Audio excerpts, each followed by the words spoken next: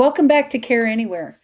I've been looking forward to this episode today because I get to chat with Jocelyn Musni, a 2025 winner of our Daisy Award for Ethical Nurse Recruitment, and Coleen Santa Ana, the CEO of Alere Care Solutions, a minority-owned recruitment firm dedicated to stewarding international health workers through the migration process into the U.S. Today, we talk about the real concerns around labor trafficking that exist in international recruitment, the reason ethical recruitment standards and certification are critical to safeguarding global health workers. I enjoyed this conversation so much, and I know you will too, so let's get to it. In this podcast, we're setting the table for some powerful discussions with nurses, allied health professionals, regulators, tech innovators, and other thought leaders across the globe. Welcome to Care Anywhere, the Global Health Workforce Podcast, brought to you by True Merit. Welcome back, everybody, to Care Anywhere. To this episode, I'm excited today to welcome Jocelyn Musni and Coleen Santa Ana. We are going to be talking to them today about the work they do in helping nurses and health workers from all over the world mobilize their careers and help them get where they need to go. Jocelyn was one of our winners this year for our 2025 Daisy Award for International Ethical Recruiter. Jocelyn, congratulations so much. That award ceremony was so beautiful, and I was so privileged to be able to be there with you both and hear your stories, and I'm excited for our audience to hear them today. So let's just jump in. Again, congratulations. We want to talk about how you got there, and then Coleen, why Jocelyn was such the perfect nominee for this award, and all the work that she's doing. So Jocelyn, if you could open us up, tell our audience a little bit about yourself, who you are, the work that you do, and the organization that you guys both work for, and then Coleen, the same after Jocelyn. Let our audience know who you are. Okay, well, thank you again. Still excited, reeling from the experience from getting that award in New York, and really humbled and excited. So, the reason why I'm so excited is because I've been in nursing for 35 years. I started off working in a nursing home and all the way to working in a hospital in the NICU as a staff nurse, and then doing private duty home health. I even owned my own home health. I was the director of nurse in my own home health. And I actually retired in my early 50s from nursing, which is, I think, after 35 years of being a nurse is, just a nice way to just go. And then, after I started to retire or semi-retired, I got an offer from Coleen to join Alere Care Solutions. And I figured, after all this experience that I have, what a way to come and share my experience with all these international nurses to come to the U.S. to start their careers. So I'm just excited to share my wisdom and experience to all these oncoming nurses. And you came through that process yourself. Well, actually, I came to the U.S. as a teenager. So, yeah. Yeah. But I grew up in the Philippines, so I speak the language. I'm still a dual citizen. So I'm very much very ingrained into the culture of the Philippines. Plus, I also have 4 kids that born and raised in Chicago, but I sent them all to the Philippines for college. So can you imagine that? Global citizens. Yes. Yes, passing that on. Coleen, tell us about yourself and what you do. Great. Thank you, Leah, again for inviting us to this podcast. So my name is Coleen Santa Ana. I'm the CEO of Alere Care Solutions. I was born in the Philippines as well.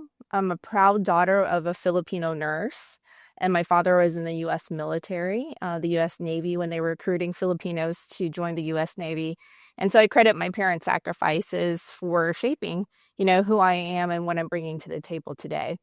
So my background is in hospital administration. I've been in healthcare more than 25 years, mostly in leadership. And I've had roles here in the U.S., including hospital president. So a few years ago, I wanted to really give back to something to the world, kind of bigger than the region that you oversee when you're hospital president. And I wanted to leave corporate and begin this company, Alere. So I was just excited that we can bring Jocelyn on board and we can partner and build something better, more ethical, for international nurses and health systems. So why was it important for both of you, and Jocelyn, we'll start with you, to pay that forward? Jocelyn, you said you were retired. Coleen, you came out of high-level hospital administration, and there was a greater good, greater mission that motivated you both to do that. What was it that made you want to pay that forward into the careers of international nurses specifically? Well, for me, because of all the experience that I have, and when I was working in Chicago, I actually worked in more than 20 different hospitals. So seeing all these international nurses come through, and a lot of them are not getting paid well. A lot of them, hearing horror stories from all these nurses. I figured, wow, when Colleen contacted me about the company, I told her this is a great way to really be able to share my experience and show these nurses that there's other options instead of, just signing up with all of these unethical recruiters and getting reeled into the program. And then they come to the US with big dreams, and they come here and it's like a big letdown of, oh my God, I'm just working and not really getting anything out of it. So you saw firsthand the challenges with contracts and pay structures and onboarding, and really stepping into it. New culture, new place, new health system, new processes, probably new technologies, and getting out at the front end of that and helping to coach people through the process. I'd love to know, Coleen, what the successes you guys have seen in being able to say, okay, we've seen how this shouldn't be done. And we're going to, create frameworks and really help these international nurses take their careers in a safe, ethical manner, move into these roles. What does that look like from a success story for you guys? So a success story for us at Alere, the difference in when you see the healthcare professionals that have come into the past, and like Jocelyn mentioned, they're sob stories. And you can hear and feel the pain actually that they have gone through, and the want to be successful. And that means, and success is defined differently in each of their eyes, but sometimes it's at a minimum of discomfort and feeling settled. And so when we heard all of those stories, I too said, I think we can do this differently between our lived experiences in our professional careers. We can contribute to this, but we can also contribute to this because we immigrated ourselves as well. Yeah. And so from multiple different perspectives, we are able to really change that model that we deliver. And I would describe it as high touch. So when we see success, we actually physically pick up the recruits ourselves at the airport when they arrive in the US. So they have a familiar face or someone from the Alere team. And you could see the sigh of relief and trust because we built that over time as they have waited for their visa. That feels successful. And then bringing them to their temporary housing. Many recruits just get a few days, maybe a week of housing, maybe 10 days at the most. We give 2 months of housing with a private room. We make sure that they have a functioning kitchen so they can cook familiar food that they love. And when we bring them to that housing and they look around and they have this also another sigh of relief, we feel like that's success. And then you just kind of build that into the different layers of success. And then finally, getting to the workplace, we introduce them the week that we're there with them. And that's really fun. It's not just success of the actual nurse themselves, but when you see their coworkers sigh of relief as well, and they say, wow, an educated, well-experienced nurse has just joined our team. Thank goodness that you're here. That also feels really successful. And then when we check in with them constantly while they're going through the orientation process, as well as the employer, and, not everybody's going to be perfect and ready, but we work through the challenges together. And then that also feels really successful. And when we see still the strain and the tension that we hear from stories from other nurses that aren't part of Larry's transition process, that breaks our hearts. And with every story, we really want to make it better. That's great. So what was it about Jocelyn and the work that she does with Alere that made her such a worthy nominee and recipient of this award? So, I would say most nurses, you can say that they're caring and they have great lived experience. So, like I said, my mother's a nurse. But what really Jocelyn has done, she's transformed her story into a mission-driven model of care that we've developed together. And so when you take your personal journey that you lived and you turn it into professional calling, and then we target it towards ethical recruitment and really, really put weight behind that word, then Jocelyn's deeply supporting these nurses, and she's preparing them to thrive. So it's not just like, okay, settle, come, fulfill your job order.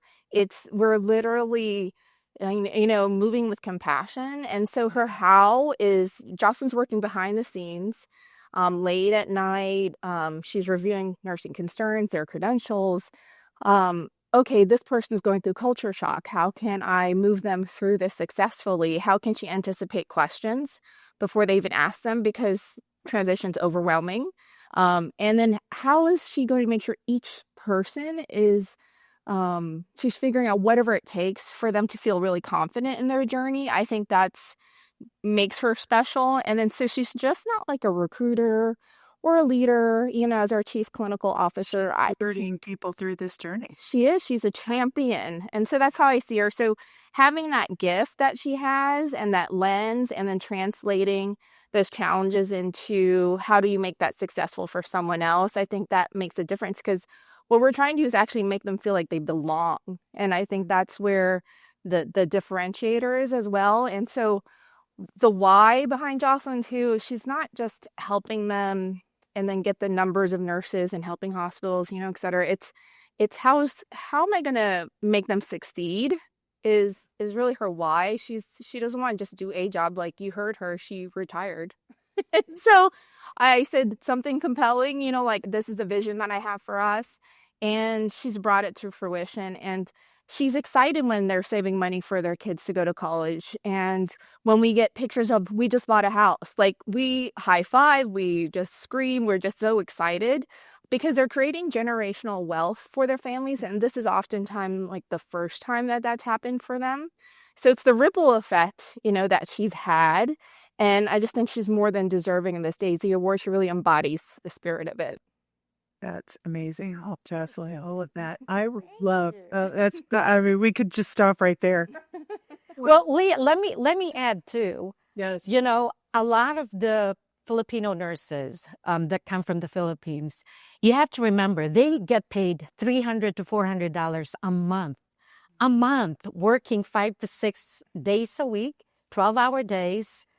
And, for us to be able to bring them here and show them that, oh my God, you're making $400 a month compared to, you can make that in a couple of days here in the U.S. Yeah. And to see the change of them being able to come to the U.S., help their families back home, send money back home, it's a big, big difference. It is. Yeah. It's such a great work that you're doing. Jocelyn, I'd love some examples. Coleen, you said, that there are times where you really dig in and, wrap your heart and your work around these nurses is when they're having, maybe they're going through culture shock or they're having difficulty acclimating, or even if you're picking them up at the airport and getting them to their housing, there's still going to be things. They're in a brand new country, different culture, different language, different, vernacular. I mean, all of those things. I'd love some examples of maybe what are the things that are the greatest obstacles that your clients encounter, and then how do you help them get through that? Like, what are some of the practical things you help them do to navigate those challenges? Well, what we actually do at Alere, when we bring our nurses to the U.S., we make sure that they have a community that envelopes them.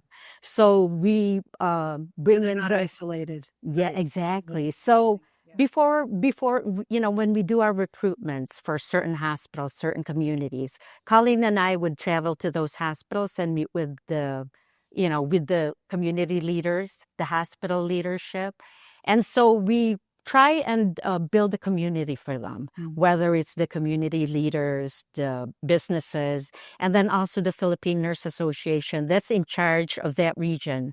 We actually pay for their 1 year membership. And then the Philippine Nurse Association, exactly, they help them through, that first year is really the hardest. Because that's what, after a couple of months, that's when they feel, oh my God, I miss my family. I miss my home. I miss my house. And we really try and give them that foundation. And then also at the same time, the hospital, we find the, Filipino workers at the hospital and we help them, build that foundation so that if they have any questions, they can always run to, hey, can you help me find an apartment? Can you help me find, maybe an insurance agent? All that stuff. Yeah, So navigating health insurance alone in the U.S. is probably a shock for a lot of people that come here. Yes, And, Leah, in addition to all of that, that Jocelyn had mentioned, it's not just only the Filipino community. In Georgia, we were invited to the local community's welcoming breakfast, and it was just full of Southern charm. And it was the local American community that just wanted to welcome any newcomers, and they're able to find, support in various ways. But what's also really important that I think we do differently, people said they do preparation, acculturation, of course. But we do that, throughout the weight of their visa. And we use ourselves as examples with the lived experience. We bring guest speakers.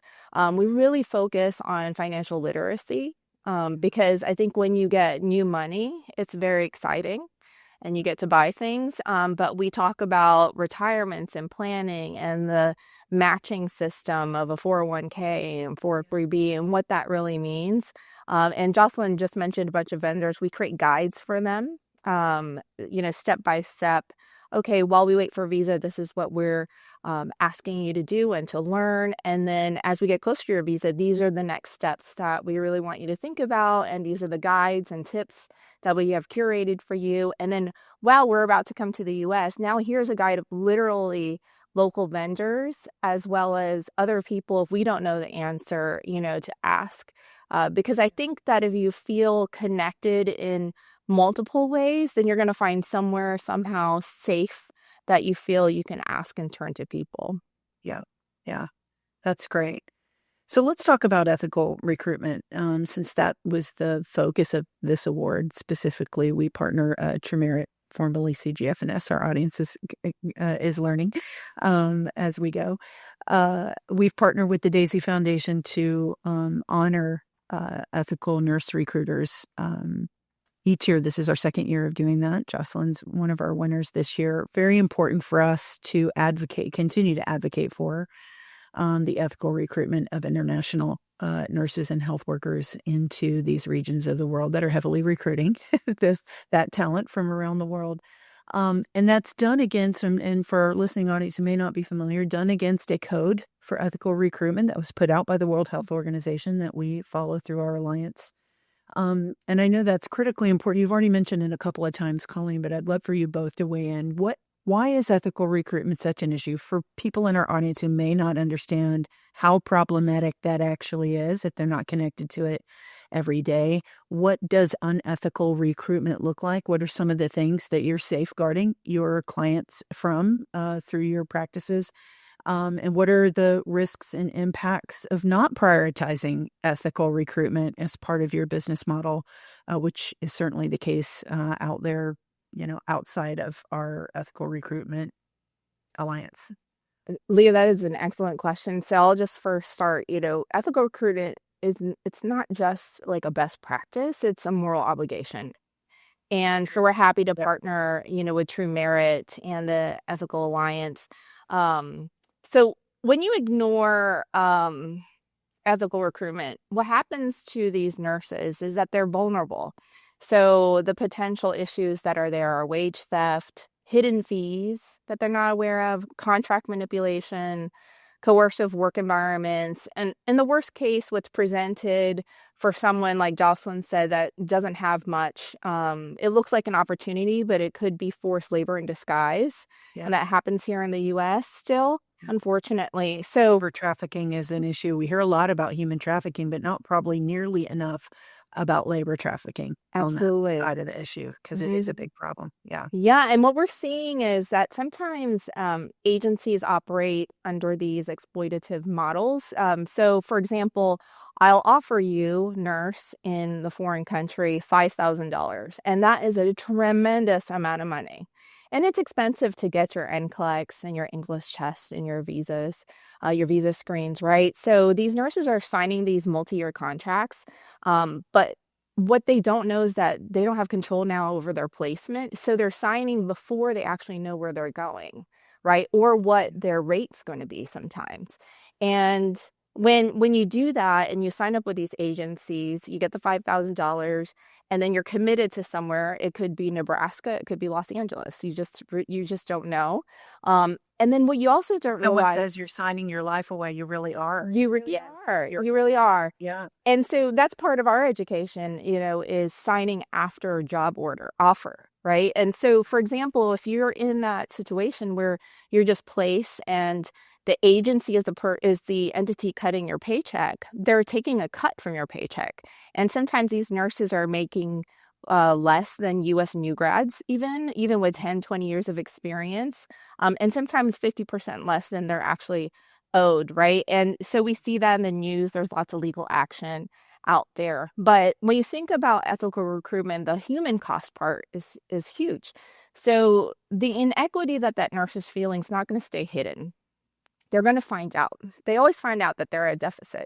And it might not be until after they come, maybe it's before they come, but you start feeling then a certain way. You start feeling trapped. Yeah. Right? So any person, human being that feels trapped or disrespected, that they're not gaining the value that they should have because they're literally working alongside, their peers who are making much more, this ends their morale. I mean, it really erodes it. And I think it weakens retention. And we've heard lots of stories about nurses breaking contracts once they learn about the inequities. And I think that also damages kind of that hospital staffing models and trust in the community that's already strained here in the U.S. So it's really about dignity and fairness. And we feel so strongly about that because everyone, a human being, should be reaping the same value as one another. It doesn't matter if you're coming from a different country. If you're educated, I mean, these are all BSN nurses that we're bringing in.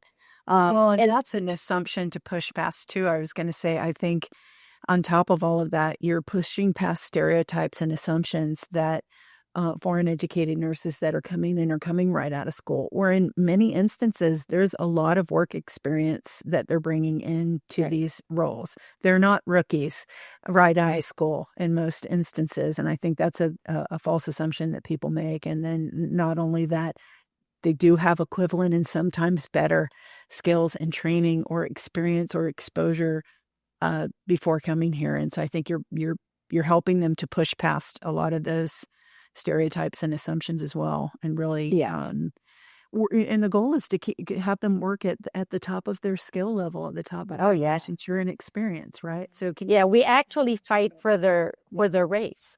When we pair them up with these hospitals, we tell the hospitals, okay, this, nurse A has 10 years experience, and the hospitals will credit those 6 years of experience with their rate of pay. That's great. Compared to other, for them. Yes, we do. Yep. We do. Compared to other agencies, their rates are way, less, and then they don't get any of the time and a half for bonus pay. They don't get the bonuses that the hospital gives their nurses when they're short. Just the inequity in pay. So you bring up a really good topic, and I wanted to make sure we had a chance, if I could, Lea, to talk about it, is being really clear with the term direct hire, because it's used loosely often. Yeah. And so some agencies will say, hey, we're doing direct hire too. And I think in those cases, it means that the nurse knows where they'll be placed, which does happen. So I think that's great. They know where they're going to be placed. Right. But the real question to figure out, is this a true direct hire, to ask if you're the employer or if you're the nurse, is who's cutting this paycheck, right? Who's rendering this paycheck? Because if the hospital or the health system is not rendering the patient directly to the nurse, then it's not really direct hire. So true direct hire and placement means that the hospital is employing and paying the nurse directly. And so you're getting, like Jocelyn said, the benefits, the overtime, the ability to promote.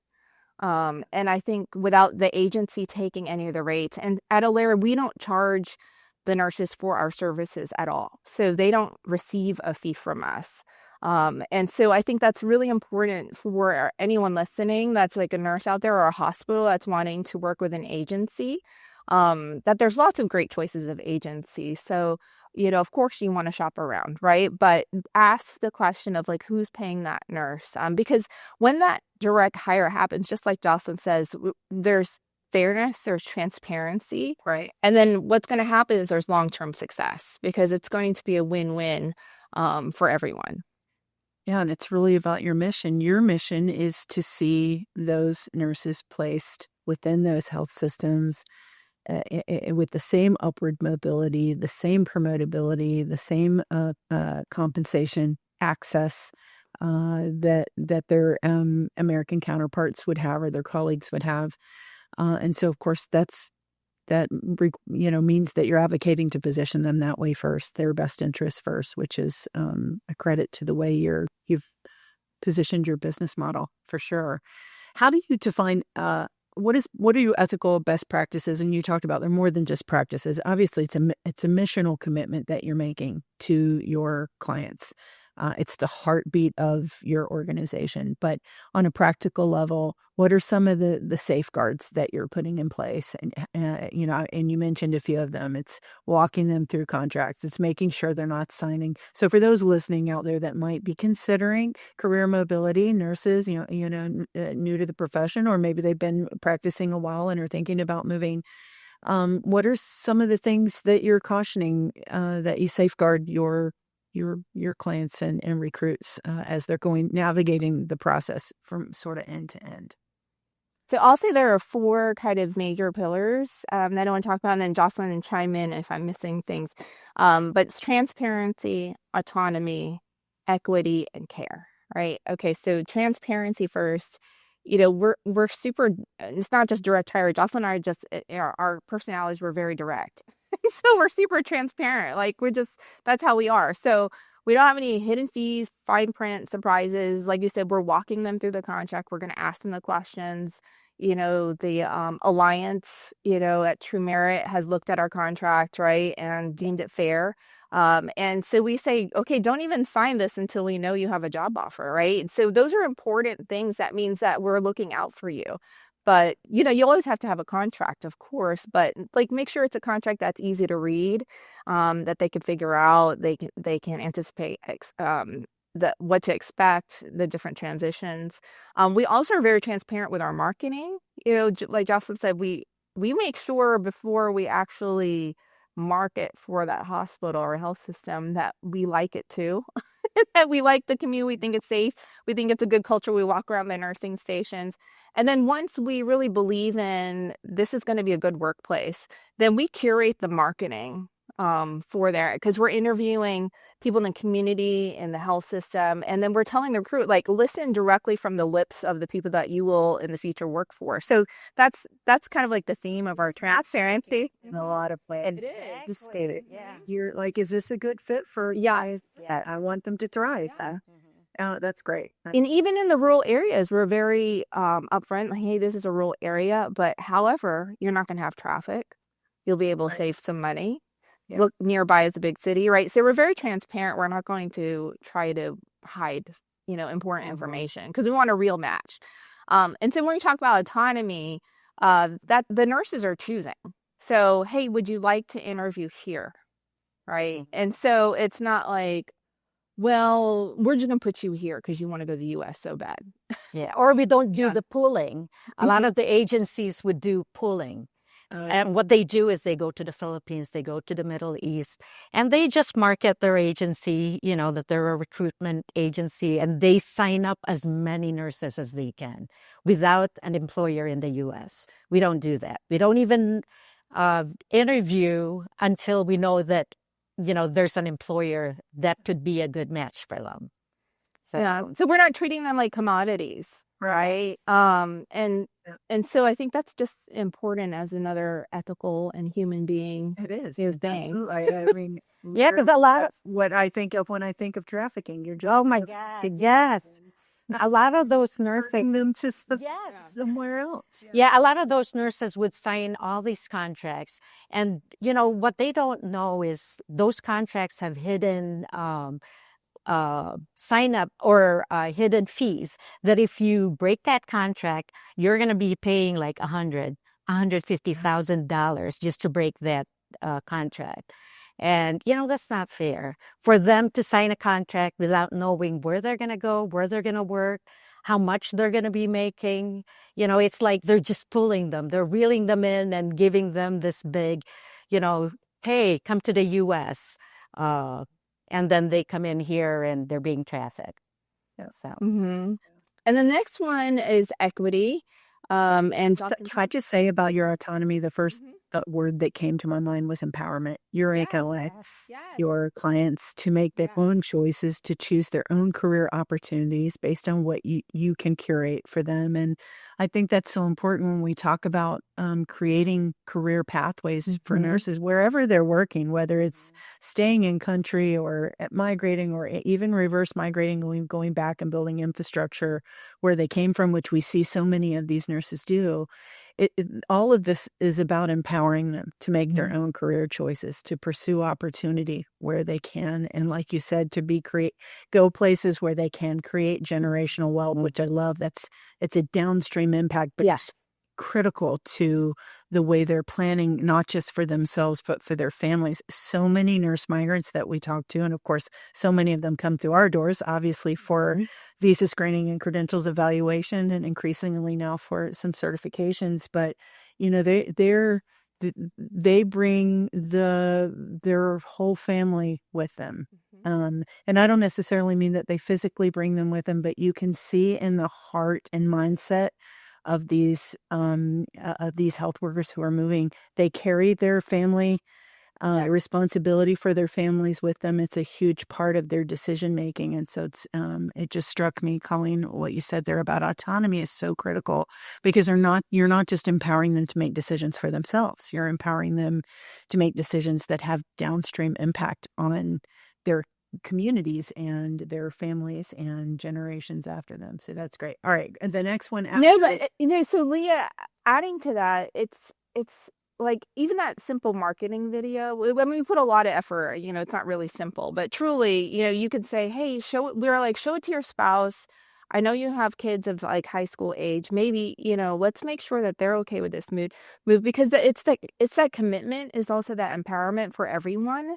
But also on the flip side, I you know, said in my introduction, my career is really spent as a hospital president. So I experienced bringing in international nurses, and I could see where we can make those improvements, right? But the empowerment on the hospital side too is there with this model of direct hire, because we noticed that there were these nurses that were excellent, and we wanted to keep them after their 3-year contract. And it's like, oh, well, we need to buy them out, right? So like a commodity, like buy them out. And then it's like, well, just a year in, you can totally be the nurse manager. You could be the nurse, at least the supervisor, you know? And you can't do that under those other models. So the empowerment is all the way around for the health system too, to make their choices and empower their workforce development goals. That's great, really great. Okay, so transparency, autonomy. What was the next? Equity I wanted to talk about, and Jocelyn had covered earlier, but it's really part when you said, well, what do you guys think differently about, you know, ethical recruitment? Like equity, right? Can you imagine getting paid, you know, with your coworker? And nursing is like an emotional, physical, spiritual job. It's not, it's a career. Nurses all the time say it's not just my job, it's my calling. That word, it's a vocation and an avocation, and they feel like this is what I was meant to do. You only really hear teachers kind of talk that way. Nurses and teachers have that mindset of this is my calling. This is what I was meant to do in the world. So it's very powerful. Yeah. It's powerful, but then when you feel the burnout or you feel like, why would I be treated differently than my coworker and we're doing the same load, right? Right. And we talk a lot about Filipino nursing because that's, where we're from, but we help nurses, worldwide. But our reference point, because my mother's a nurse, Jocelyn's a nurse, is that as a Filipino nurse, you come with great like empathy and compassion because that's just the culture of the Philippines, the hospitality. So you're really giving your all to work. So when you don't have that fair pay and parity with your American peers, I mean, that's just disappointing. So equity, we think it's really important as we ask for what's your pay range before we start. Because when we recruit and the nurses say, well, what's a pay range? We give it to them and we say, well, and it changes with the years, and we'll present your resume and we'll get credit for the years that make sense for you and et cetera. And everyone's really happy because it makes sense, right? Because that's what you do in the US. So between our roles as healthcare leaders, we know the ins and outs of U.S. healthcare. So our question's always like, well, why can't it be the same? Because these people are not just coming with great skills and experience and passion, but they came with courage to leave. And so would be the reason not to pay them the same. To me, is the harder question for the person. Yeah, sorry. Yeah. They have to dance around that because you can't really come up with a reasonable answer to that question. Absolutely. And Lea, just to put in a number figure, because some people would ask me like, well, what would that mean? Like, what kind of money are they losing if they don't come through a direct hire? And so when they're making potentially half of what they could or less than a U.S. new grad, but they came with experience, and you figure in like a little bit of overtime, over 3 years, that could equate to almost $100,000. That's a lot of money. So you're exchanging that $5,000 for yay in the front end to, oh my gosh, wow. Long-term. Yes, for sure. Yeah. Amazing.